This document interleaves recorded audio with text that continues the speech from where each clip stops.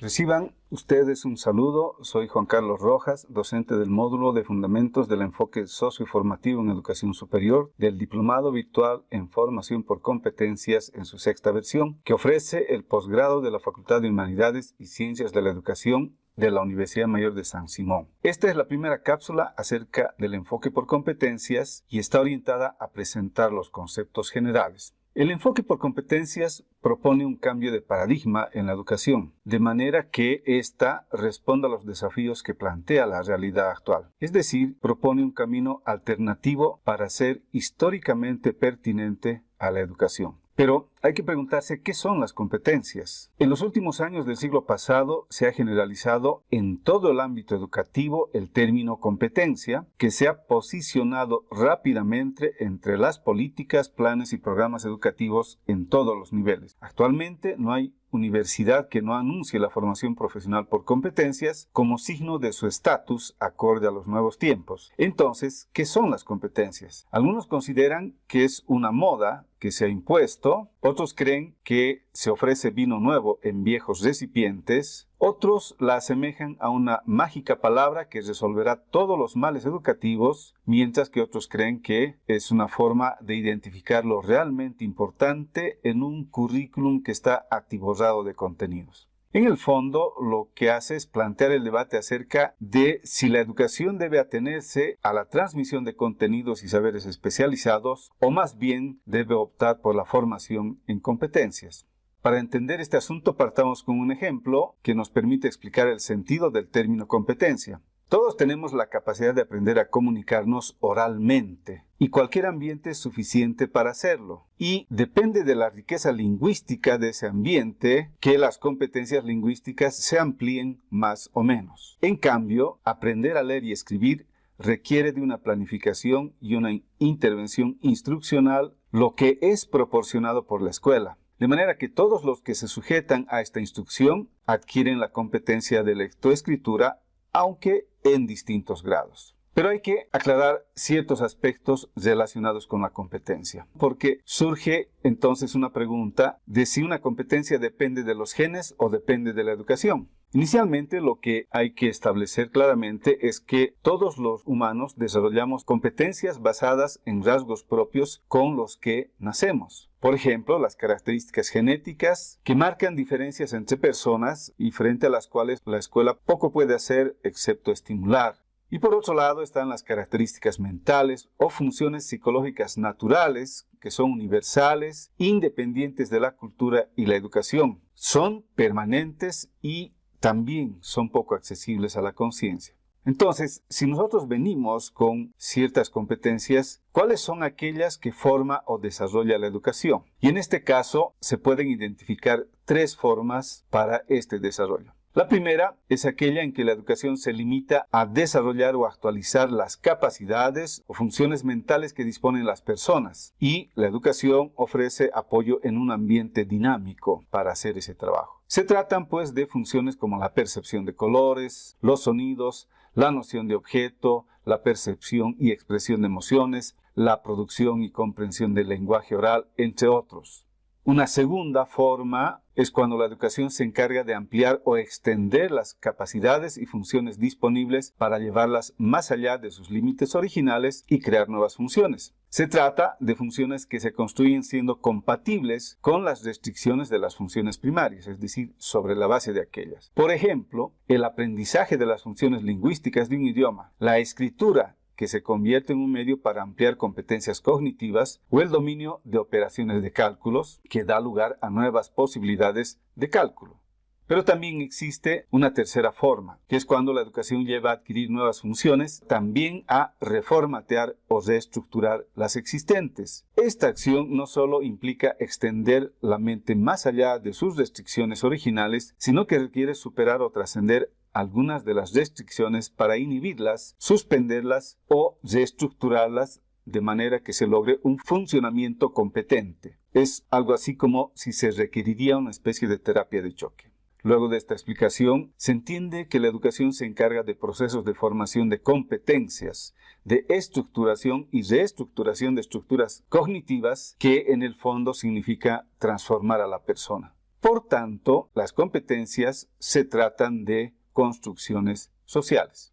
Entonces, este cambio de paradigma pretende transformar la educación mediante el cambio de actitud basada en un cambio de sus elementos centrales. Propone transitar de la enseñanza como principal preocupación hacia el aprendizaje. Ello supone, pues, cambiar del protagonismo docente al protagonismo de los estudiantes, porque de otro modo no puede haber aprendizaje. También propone dejar las prácticas discursivas que caracterizan el conocimiento enciclopédico para promover la acción como motor del aprendizaje, acción en el aula y en la realidad.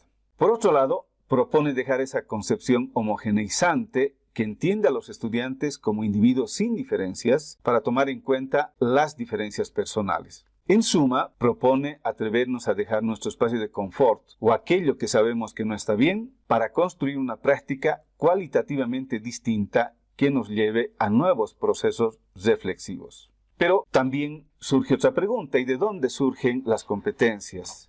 Estas no surgen de la inspiración de algún pensador sentado en su escritorio o en su oficina. Surgen del análisis de los problemas, situaciones y retos que la realidad actual plantea a los profesionales. Dichos retos se reflejan en el desempeño profesional, en las dificultades que enfrentan o en las deficiencias que manifiestan. Por tanto, se requiere contrastar la demanda real con la oferta de formación universitaria.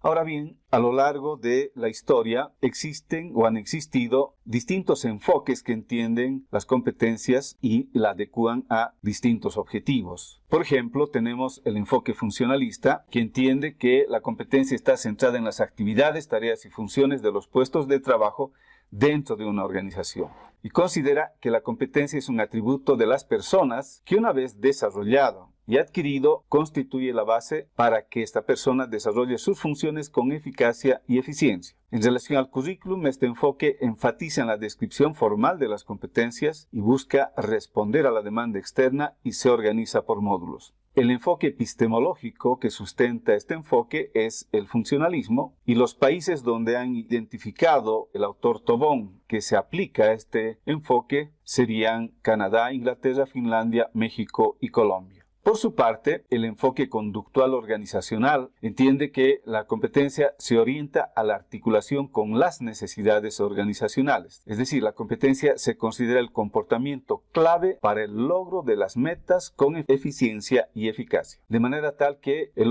currículum en este enfoque se orienta a responder a aquellas competencias consideradas clave o estratégicas por las organizaciones o empresas, y se organiza por asignatura y a veces por módulos autoformativos. El sustento epistemológico es empírico-analítico básicamente, y los países donde se desarrolla con mayor fuerza este enfoque son Estados Unidos, Australia e Inglaterra. El enfoque constructivista entiende que la competencia está centrada en las dinámicas y relaciones de los procesos laborales y considera que son esenciales los tres saberes para resolver los problemas del contexto. Y su propuesta curricular busca afrontar los retos de las dinámicas del entorno y las disfuncionalidades que existen en una organización productiva. Por tanto, organiza el currículum secuencialmente para la construcción de competencias y promueve el aprendizaje significativo. El sustento epistemológico es el enfoque constructivista y el social constructivista, y los países donde tiene mucha fuerza este enfoque son Francia, Finlandia y Brasil. En tanto que el enfoque socioformativo entiende que la competencia otorga importancia a la interpretación, a la argumentación y a la resolución de problemas del contexto. Se concentra en la formación, en la idoneidad de la persona y en la definición de su proyecto ético de vida. A partir de ello, el currículum busca afrontar entonces los retos personales, los retos institucionales y los del contexto externo, que sean actuales y también futuros. Por lo tanto, el currículum se organiza por proyectos formativos. El fundamento epistemológico se sustenta en el pensamiento sistémico y el pensamiento complejo, y los países donde se estaría trabajando en esta perspectiva son Bolivia, México, Colombia, Venezuela, Chile y España. Ahora bien, después de todo lo dicho, ¿qué es una competencia? Podemos entender a partir de distintos autores y distintas perspectivas que una competencia constituye una capacidad de acción e interacción basada en un conjunto denso, complejo, integrado y dinámico de saberes. Esta acción incluye cualidades que se refieren al qué y el cómo y también a finalidades, es decir, el para qué se actúa. Entre las cualidades se entiende que es una acción sobre el medio natural y social, busca ser eficaz y eficiente, además que debe enfrentar y resolver problemas. En cambio, en relación a las finalidades, la competencia es una acción que busca la realización de metas propias, es decir, metas personales, así como la creación de productos pertinentes a las necesidades de la sociedad y para ello, pues, busca generar consensos. Entonces, se puede tener una formulación que integre los elementos indicados, tal como se ve en la lámina, entendida como una actuación integral ante situaciones y problemas del contexto para encararlos y resolverlos, realizada con idoneidad y compromiso ético mediante estrategias encadenadas que integren el saber ser y el saber hacer en una perspectiva de mejora continua. Lo que hay que remarcar es que se trata de un saber hacer algo aquí y ahora y que involucra a todo el ser de la persona. También es importante señalar que existen distintos tipos o niveles de competencias. Por una parte están las competencias básicas, que son aquellas sin las cuales una persona no podría vivir e interactuar en cualquier ámbito de la sociedad y de su comunidad. Las más importantes de estas competencias son la comunicación oral, la comunicación escrita, el tratamiento de la información, el manejo de las tecnologías de información y comunicación, los códigos de comportamiento, entre otras. Estas competencias constituyen la base para la formación de las otras competencias y por ello se forman o se desarrollan en la educación primaria y secundaria. Sirven para analizar, comprender y resolver problemas cotidianos, constituyen el eje para procesar la información de cualquier tipo. Y por tanto, estas competencias son necesarias, son adquiridas y desarrolladas por todas las personas.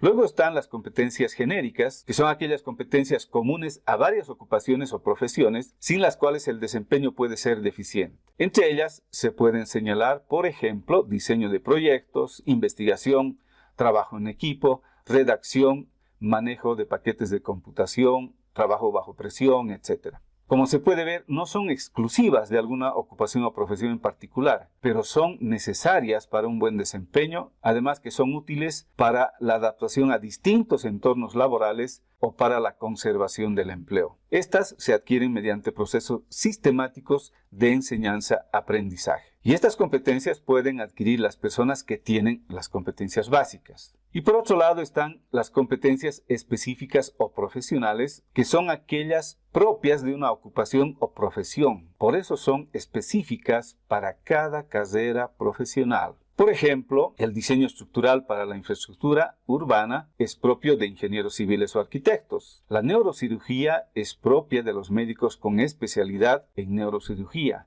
La gestión ambiental es propia de los ingenieros ambientales o ecologistas, o la nanotecnología que está siendo desarrollada por la medicina o la agronomía.